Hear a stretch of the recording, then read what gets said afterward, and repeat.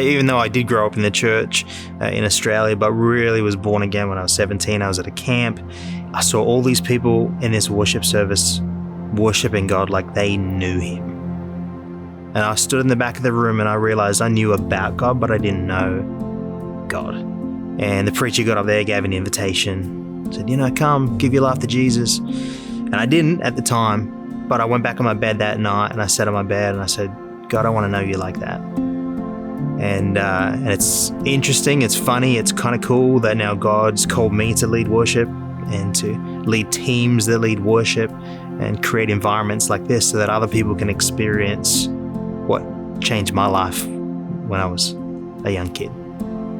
I've been leading worship around the world for almost 20 years. And for me, worship is revelation and response. It's a revelation to the truth of the gospel and an understanding of what God has done for me. I can't help but express that in worship and praise and adoration for him and all he's done. We're a church who cares more about the presence of God than the production, so to speak. Even though we have all the bells and whistles of production, we're a church that actually believes that when we get people in the presence of God, he can change a life in an instant. And so that's my hope, that when people walk into this room and any of our rooms across our campuses, is that they can just connect with Jesus.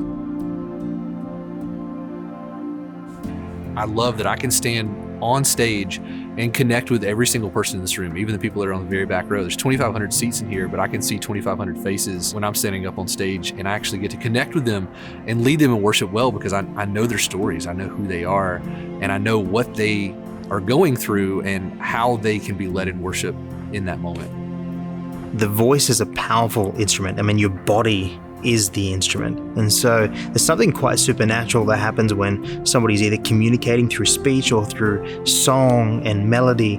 It's a soul communicating to a soul. And so I think it's really vital that the sound system supports the message that's being communicated. We're trying to create a distraction-free service, so just people come in and worship. They don't notice things. They don't notice the lights. They don't notice, whether the guitar is too loud. They're here to worship, so we're not impeding on that in any way. I have been in churches before where the sound system sucked, and you've got the band on the stage who are working their hardest to try to create an environment of worship, or the preacher's trying to preach his heart out to give people truth. But it gets lost in the distraction of feedback or frequency issues, and it doesn't translate. I've led worship in bad systems before, and you just wake up that morning and you're stressed. You're worried about the things that I've spent weeks planning. Are they going to be articulated? Are people going to be able to hear them and understand them? And it's distracting, not only for the listener, but also distracting for the worship leader as well, having to worry about all these different things. We have 4 other venues. They're all outfitted with D&B loudspeakers. So to go with a company that we have a track record with, we are familiar with, was the right choice for us.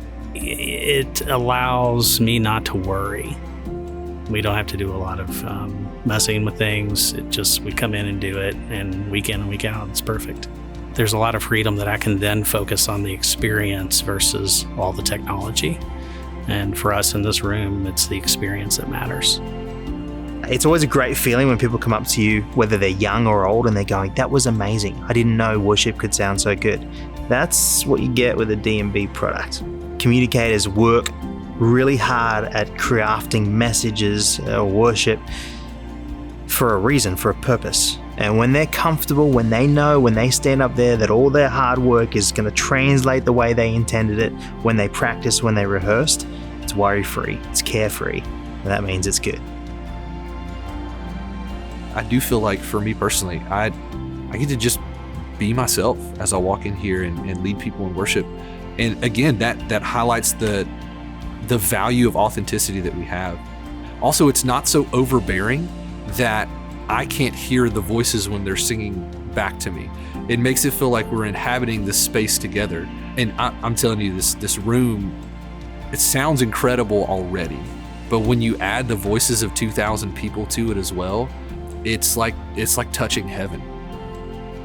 And it's something that I feel like I get a little tiny glimpse of every single week when I get to stand on stage and we sing these songs of adoration to God. It's like, oh my gosh, I can't believe I get to do that here on this side of eternity.